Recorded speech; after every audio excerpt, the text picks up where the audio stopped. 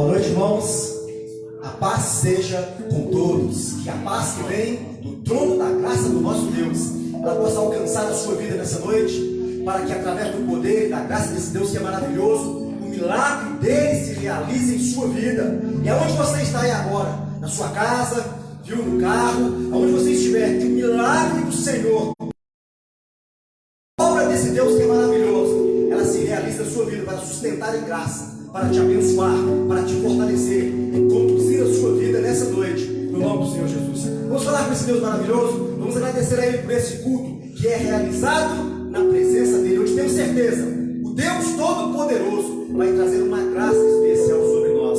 Eterno Deus e bom Pai, muito obrigado pelo teu amor e bondade, muito obrigado pelas tuas muitas misericórdias, muito obrigado pelo teu poder que está impresso em nós. Muito obrigado porque o Senhor tem nos abençoado, guardado a nossa vida, tem sido conosco. Que nessa noite, Deus, o teu nome seja glorificado. Que nessa noite o Senhor seja exaltado, através de tudo que é realizado aqui, através de tudo que é feito para o louvor do teu santo nome. Receba nossos louvores, receba a nossa oração, fala conosco através da tua palavra, e que a tua bênção e a tua graça aconteça em nós e através de nós, no nome do Senhor Jesus.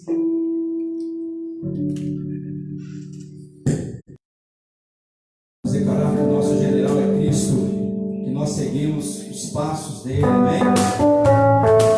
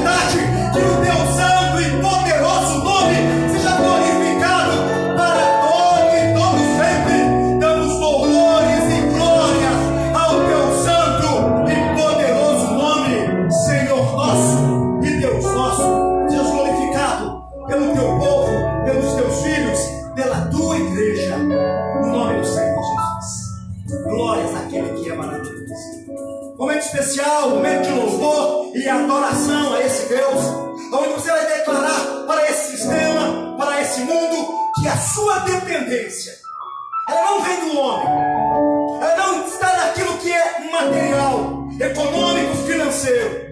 A sua dependência, ela está no Deus que criou os céus e a terra. Muitos confiam em carros, outros em cavalos. Muitos estão esperando o sistema de saúde desse país, outros no governo, outros no médico, nos enfermeiros. Mas a nossa confiança, ela está posta primeiramente no Senhor Deus, porque o milagre, o dono da vida, vem dele para cada um de nós. Vamos adorar ao Senhor. Pega aí neste momento o dízimo, a oferta, uma oferta de missão. Pega em suas mãos agora a gratidão, o amor que você tem por essa obra, que não é de um homem, é do Deus Todo-Poderoso. Segura com você aí agora, que você pode também depositar o dízimo através da conta que a igreja tem. Você pode fazer o seu depósito na conta que a gente detém na Caixa Econômica, viu? Você pode trazer aqui na igreja, que está aberto semanalmente, viu? De segunda a sexta nós estamos aqui de 9 horas até as 17, para poder orar por você, abençoar a sua vida, receber o dízimo, a oferta que você traz a esse altar, que você dedica diante do Senhor.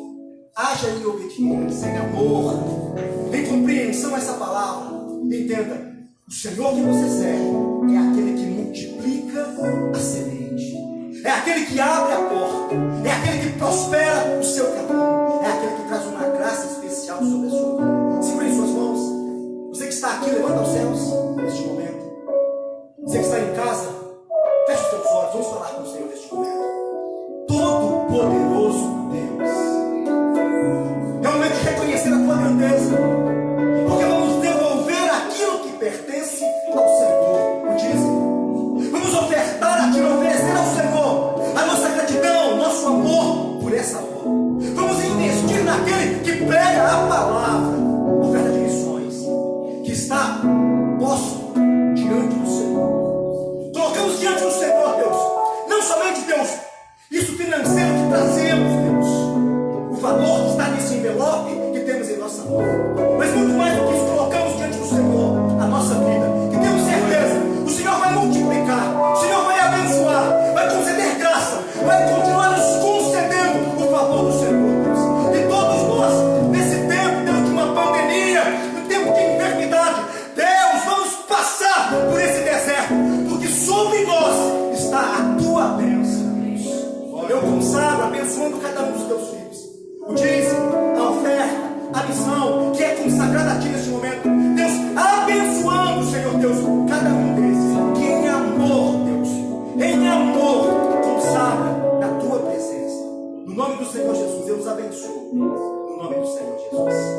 Você que está aqui, faça sucesso. Você que está em casa, traga na igreja, faça o seu depósito, porque a bênção do Senhor está sobre a sua vida, no nome do Senhor Jesus. Vamos receber neste momento. O pastor Robson vai trazer a mensagem do nosso Deus, a palavra do Senhor, no nome do Senhor Jesus. Glória a Deus. Aleluia. Glória a Deus. Louvado é o nome do Senhor Jesus. Boa noite, meus irmãos. Paz seja convosco. Quem está feliz com Jesus, diga aleluia. Que maravilha, que maravilha. Nós vamos a um texto da palavra de Deus nessa noite.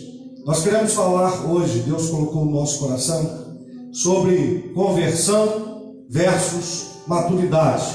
E eu queria ver com você texto de Atos dos Apóstolos, capítulo de número 26, versículos número 9 e número 10.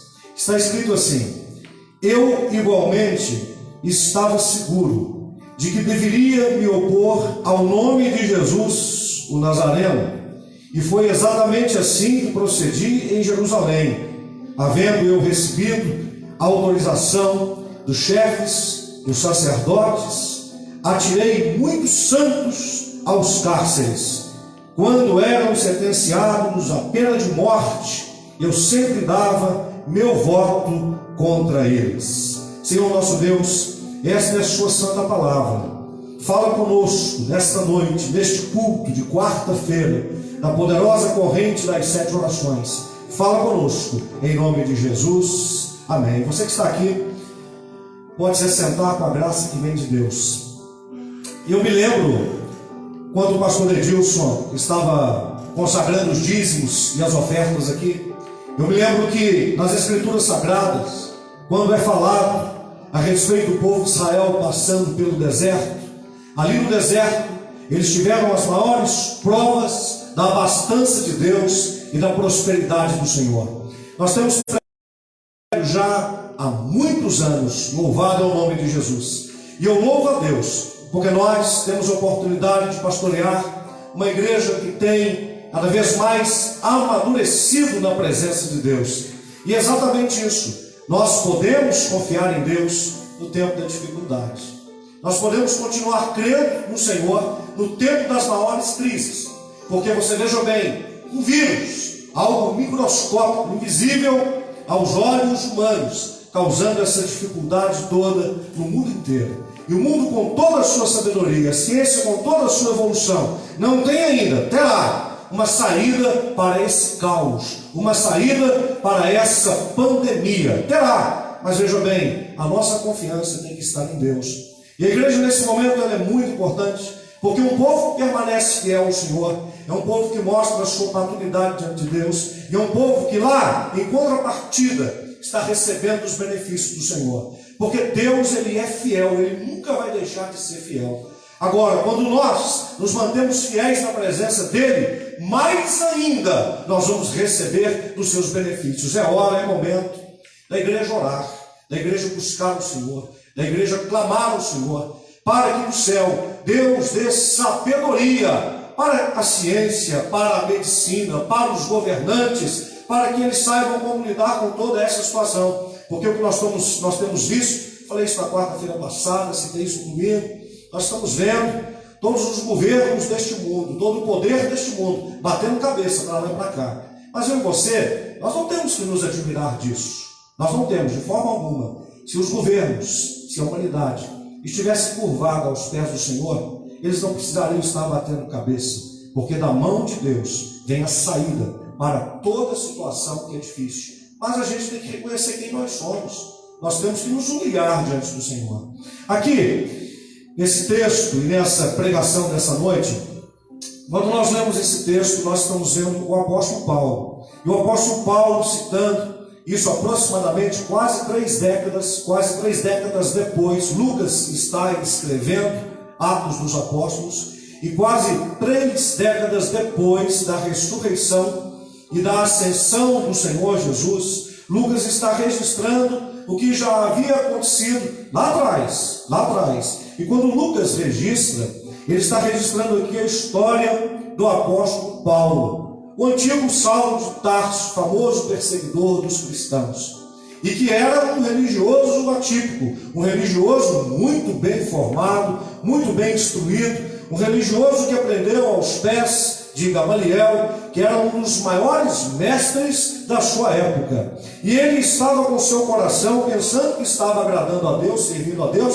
matando cristãos por todos os lugares onde ele passava, perseguindo os cristãos. O primeiro mártir da igreja, Estevão, o diácono Estevão, Paulo estava ali no momento que ele estava sendo apedrejado, segurando inclusive as vestes de Estevão na sua mão, e pensando que estava agradando a Deus. E aqui nessa citação do capítulo número 26, o verso 9 e o verso 10, é um relato de como que Paulo agia. E aqui, quando Lucas escreve, ele está citando como se Paulo estivesse falando na primeira pessoa. Ele está dizendo: eu igualmente estava seguro de que deveria me opor ao nome de Jesus o Nazareno. Ele tinha essa segurança. Era uma segurança que ele construía, mas que estava completamente comprometida e completamente errada. E ele diz assim: foi exatamente assim que procedi em Jerusalém, havendo eu recebido a autorização dos chefes dos sacerdotes, toda a religião organizada, Atirei muitos santos aos cárceres, e quando eram sentenciados à pena de morte,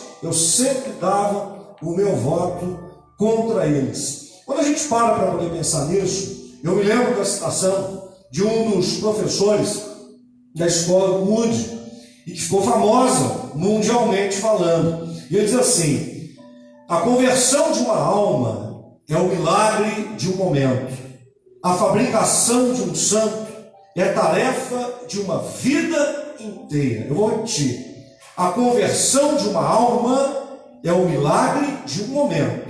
A fabricação de um santo é tarefa de uma vida inteira. Muitas vezes nós confundimos. Quando a pessoa recebe Jesus como Senhor e como Salvador, nós já pensamos que imediatamente ela se torna um crente maduro. Por que é que eu estou trazendo esta palavra, esta pregação, para que nós possamos refletir na palavra de Deus aqui nesta noite, você o escutando aí da sua casa? Justamente porque estando todos nós dentro de casa, a gente pode observar os nossos parentes, a gente pode dizer assim: meu Deus, será que eu sou crente mesmo? Muitas pessoas com medo podem estar dizendo assim: será que eu sou crente mesmo? Às vezes dentro de casa as pessoas discutindo por diversas situações e a gente dizendo: será que eu converti mesmo? Escute, a conversão de uma alma é o milagre de um momento, mas a fabricação de um santo é o trabalho e a tarefa de uma vida inteira. Nem sempre quando a pessoa recebe Jesus como Senhor e Salvador, ou sempre, e ela naquele momento se converte,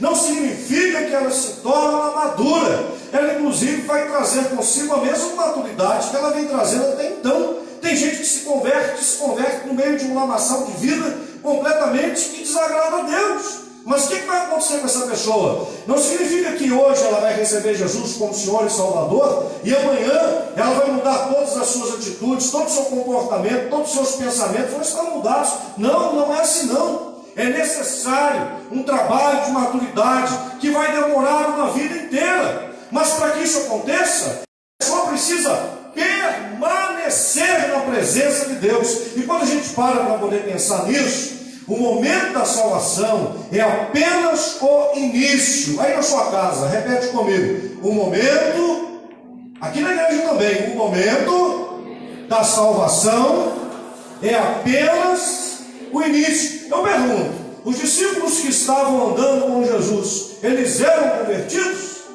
Pensa no Pedro, pensa no Tomé, pensa no Judas. Eles eram convertidos? Ah, pastor, eu acho que não. Sim, eles eram convertidos, mas eles não eram maduros.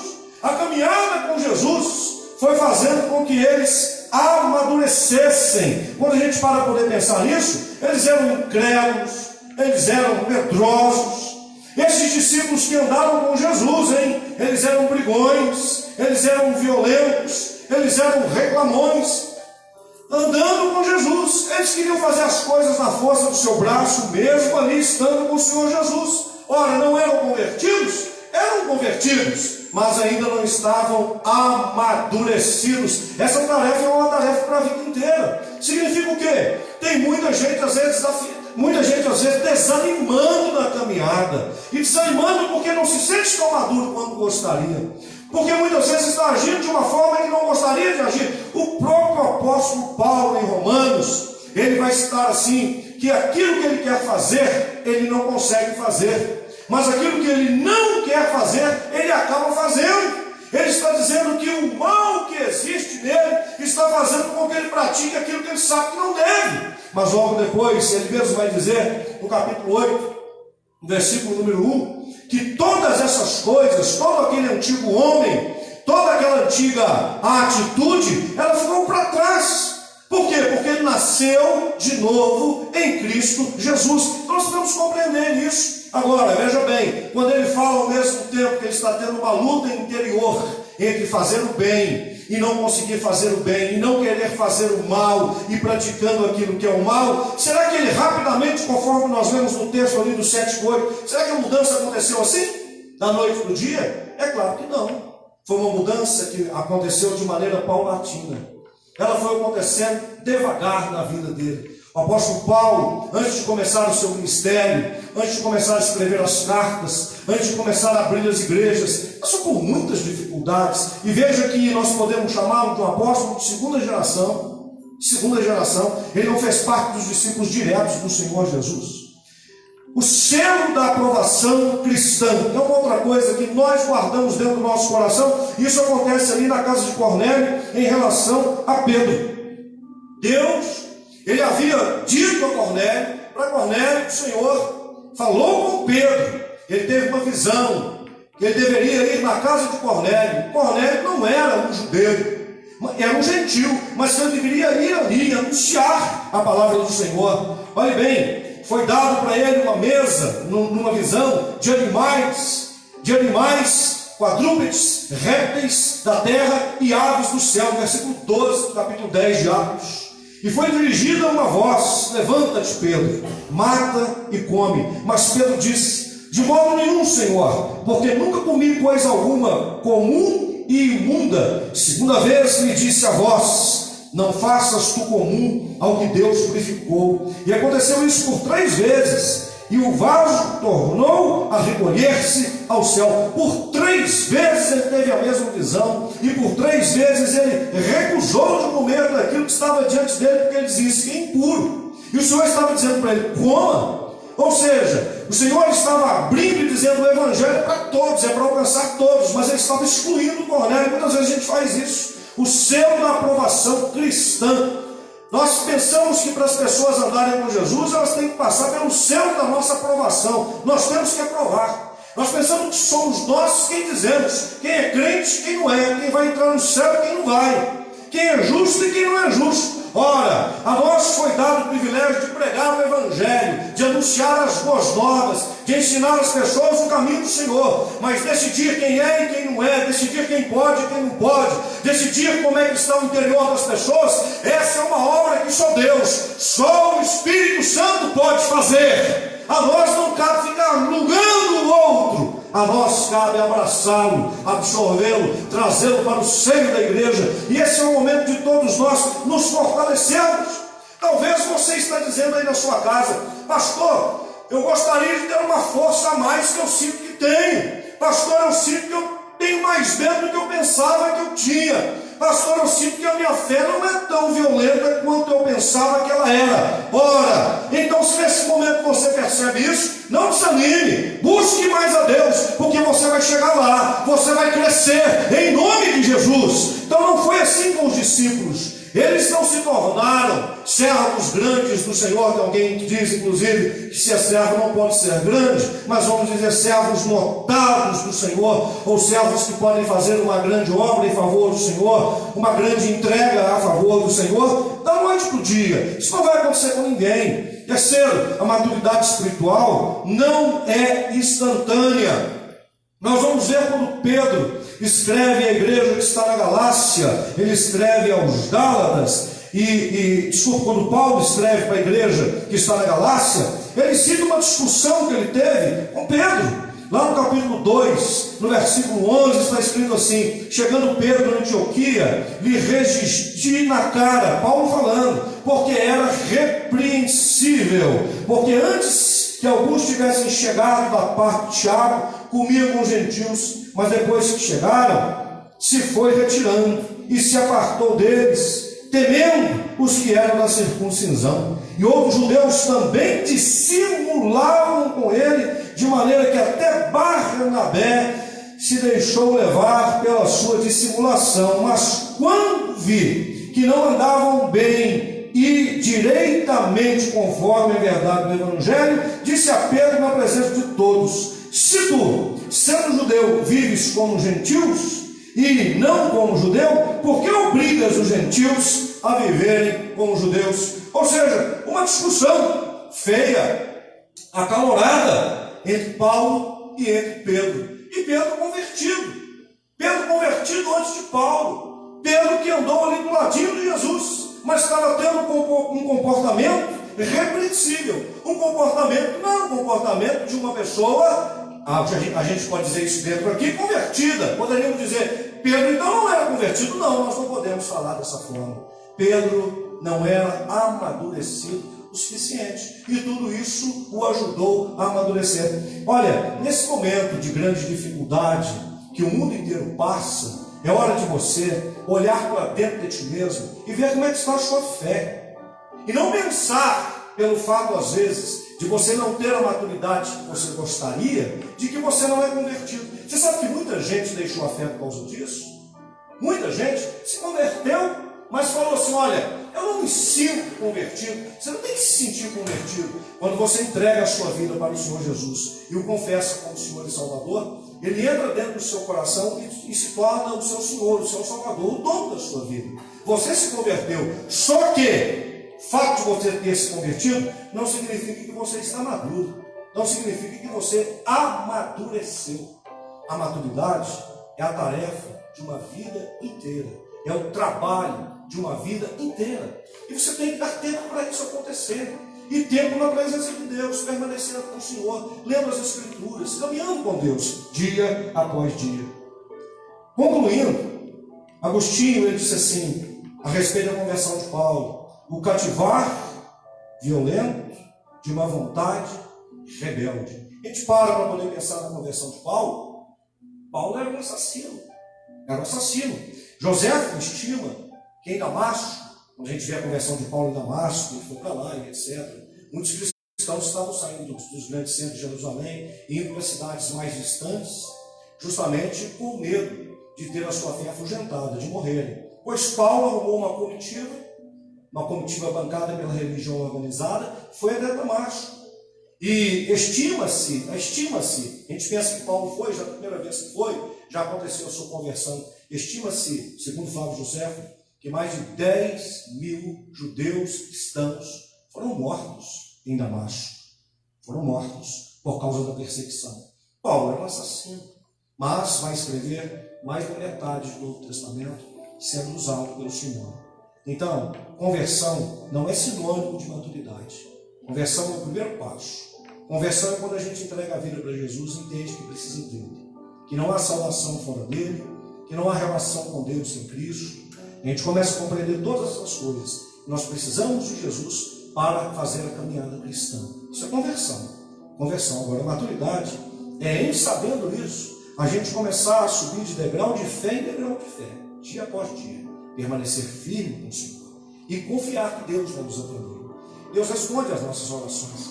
Se você sente medo, você pode orar ao Senhor e falar: Senhor, o Senhor não tem me dado espírito de medo, espírito de covardia, mas tem me dado espírito de ousadia. Aí você começa a orar, você começa a louvar a Deus, você começa a cantar, a ouvir louvores, você começa a ler as Escrituras, e Deus vai te fortalecendo, e você vai se levantando, e o Senhor vai te erguendo, né? Eu acredito que tem muitos cristãos deprimidos nesse momento, pensando: meu Deus, como é que isso vai ficar? Aterrorizados, né? Ao ponto de pensar, se eu colocar o pé para fora da minha casa, o risco que eu estou correndo. O sangue de Jesus te cobre, o Senhor te protege. É claro que você não vai levar as coisas de uma maneira leviana, de qualquer jeito e de qualquer maneira, mas a maturidade cristã virá à medida que você andar com Deus, à medida que você confiar no Senhor, à medida que você caminhar com o Senhor. Eu estou insistindo, andar, caminhar, porque é assim que a maturidade virá, dia após dia. Não queira ser aquele crente maduro já, imediatamente. Não vai acontecer assim. Não vai, nem Deus quer. Eu digo isso porque nos momentos de dificuldade na vida, a gente parece que tem essa autoexigência conosco mesmo. Sabe? A gente parece que quer crescer, é como estatura, né? Você tem um menino de 2 anos, de 3 anos, não é normal que esse menino tenha 1,50 m. Não é normal que esse menino tenha 1 metro de altura, sabe? Mas, falando no modelo cristão, parece que a gente às vezes está com 50 centímetros de tamanho espiritual e a gente quer passar para 1,80 m de tamanho espiritual, assim, da noite para o dia. Não vai acontecer desse jeito. Não vai acontecer. Por isso que é tão importante a gente caminhar com Deus, a gente andar com o Senhor. Filipenses 6 vai nos garantir que aquele que começou a boa obra em nós, é certo isso, ele há de completar essa obra até o dia de Cristo Jesus. O Espírito Santo está aqui comigo, está aqui na igreja, está com você aí na sua casa, está com a sua família, para garantir isso, que aquele que começou a boa obra em você, vai completá-la. Dias melhores virão em nome de Jesus. E nesses dias, é para nós pregarmos o Evangelho, é para nós orarmos pelos enfermos, expulsarmos os demônios, fazermos a obra de Deus com muito mais ousadia em nome de Jesus, sem ter vergonha de servir ao Senhor, sem ter vergonha de declarar a nossa fé. sabe, tendo aquele apreço, aquele carinho, aquele ato devocional, dizer assim, ó, quarta-feira é dia de culto, eu vou para o culto, nem que seja direto no trabalho. Acho que muita gente está refletindo a respeito disso agora. Por quê? Porque antes não tínhamos tempo, agora nós temos tempo de sobra. Tempo de sobra. Antes nós dizíamos assim, eu não tenho tempo porque tem que correr atrás disso, correr atrás daquele outro, correr atrás daquele outro. E agora? Quantas vezes dizíamos assim, culto de domingo, eu só vou no domingo na Santa Ceia. Eu só vou no domingo na Santa Ceia, porque os outros domingos eu não tenho tempo, a minha vida, como é que está corrida. E agora? Então eu penso que todos nós, depois desse momento de calamidade, vamos fazer uma reflexão séria de colocar Deus em primeiro lugar. Para que a gente tenha nas igrejas evangélicas, nas quartas-feiras, nos dias que tiver culto durante a semana, as igrejas lotadas, cheias de crentes fiéis ao Senhor, numa resposta à sua própria fé e à sua própria maturidade, seu crescimento espiritual. Para que a gente não tenha só no domingo da Santa Ceia as igrejas evangélicas lotadas, mas em todos os outros domingos, pessoas separem e digam assim, olha, de manhã, ou eu vou no culto da manhã, ou eu vou no culto da noite, mas faltar, eu não vou faltar, em hipótese alguma. Por quê? Isso é maturidade, a gente tem que entender isso. Eu lembro da canção antiga, né? Sem Deus, nada somos nesse mundo. Sem Deus, nada podemos fazer. Nem as folhas das árvores se movem, se não for pelo seu poder. Todo mundo está vendo isso. É claro que tem muita gente que não enxerga dessa maneira, não é? Enxerga isso apenas como uma questão da natureza. Mas a grande verdade é que sem Deus ninguém é nada. A nossa vida, ela é finita e ela é extremamente frágil. Nós precisamos do Senhor. Feche os seus olhos agora. Se você puder ir na sua casa, aqui, fica de joelhos no seu lugar. Nós vamos formar mais um elo dessa poderosa corrente das 7 orações em nome de Jesus. Vamos falar com Deus. Apresente a Deus a sua necessidade. Querido Deus e poderoso Pai, nesse momento de fé, nesse momento em que temos a certeza que o Senhor está aqui conosco, está visitando cada filho do Senhor, está visitando cada irmão aqui na igreja, lá na sua casa, no seu lar. Eu te peço nesse momento, meu Deus, que esse pedido que essa pessoa tem colocado no seu altar, formando que seja hoje o primeiro elo, ela está começando hoje, ou o segundo, ou o terceiro, ou o quarto, ou o quinto, ou quem sabe terminando o 7º elo e renovando. Eu peço ao Senhor que o Senhor visite a cada família, a cada pessoa, e que o pedido de cada um seja atendido, que essa pessoa seja, meu Deus, agraciada pelo seu poder, e o milagre do Senhor aconteça nessa casa, nessa família agora. Nós repreendemos toda a obra do diabo em nome do Senhor Jesus e ministramos a cura, a saúde, a bênção, a paz, a alegria, a prosperidade dentro deste lar, em nome de Jesus. E nesta fé eu declaro formado agora mais um elo dessa poderosa corrente das 7 orações, em nome de Jesus. Amém e amém. Digam todos graças a Deus. Então guarda no seu coração, a conversão é a obra de um momento, mas a produção de um santo é a obra, é a tarefa de uma vida inteira. Ou seja, a conversão é um ato de momento, aconteceu, mas a maturidade vai acontecer se nós permanecermos com o Senhor. Amém? Deus te abençoe grandemente. Agora sobre o jejum da vitória. O jejum da vitória, só reforçando, ele tem 3 pontos principais no sentido do que a gente pede, no sentido do que a gente ora. Chama-se jejum da vitória por causa disso. Vitória pessoal. Fala forte comigo aí. Vitória pessoal, vitória na família e vitória na igreja.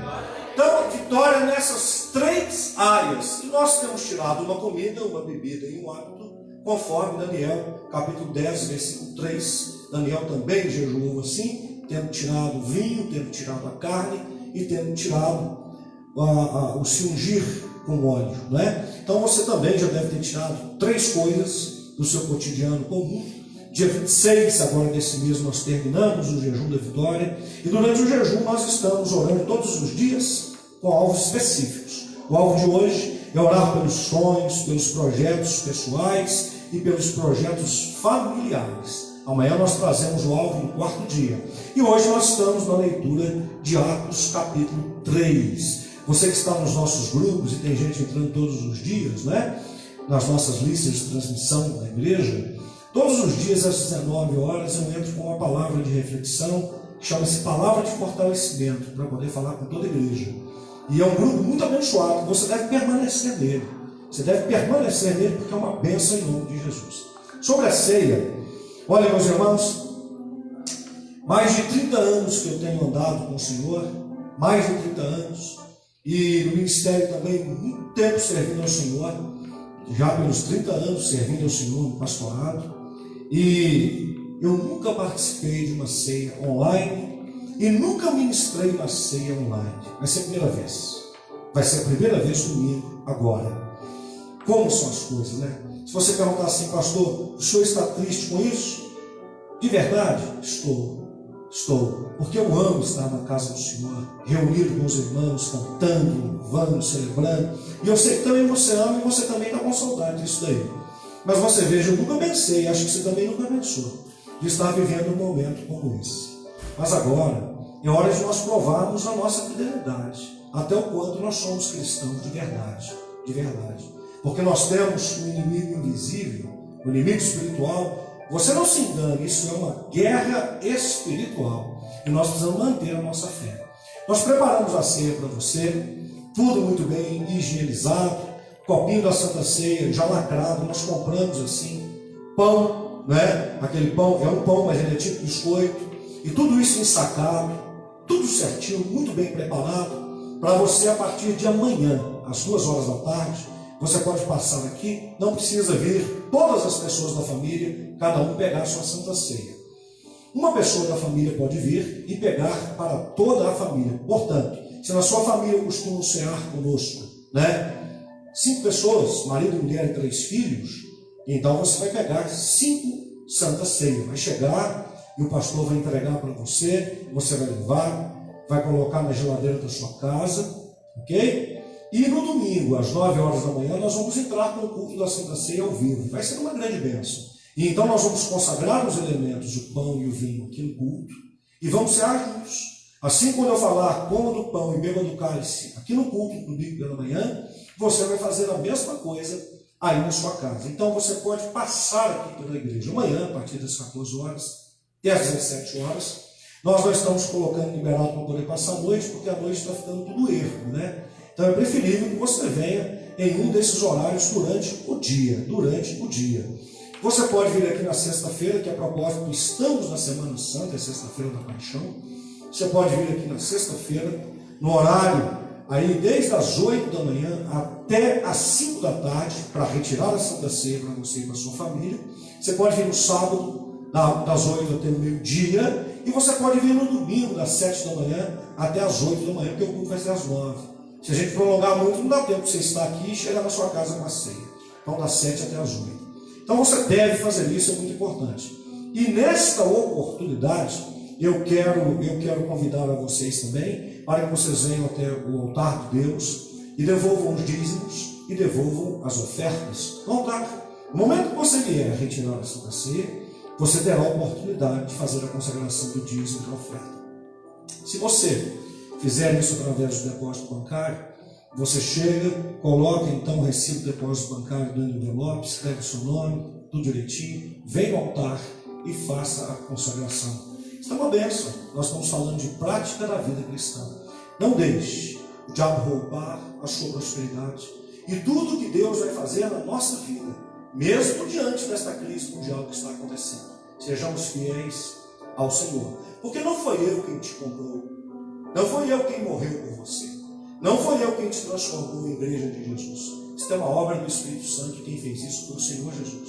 Então a nossa fidelidade é a Ele, em todos os aspectos. Vamos fazer isso, vai ser uma grande bênção em nome do Senhor Jesus. Amém? Espero que você tenha compreendido tudo isso, a sua fé esteja firmada no Senhor mesmo, de verdade, porque grandes coisas o Senhor fará na nossa vida e fará através da nossa vida. Eu não sei, para o jejum da vitória, você pode retirar também, tá? Protetor de porta, adesivo de celular e o imã de geladeira. Está tudo separado para você aqui. E você passando aqui pela igreja pode fazer isso. Nós já estamos terminando. Eu quero fazer um desafio para você.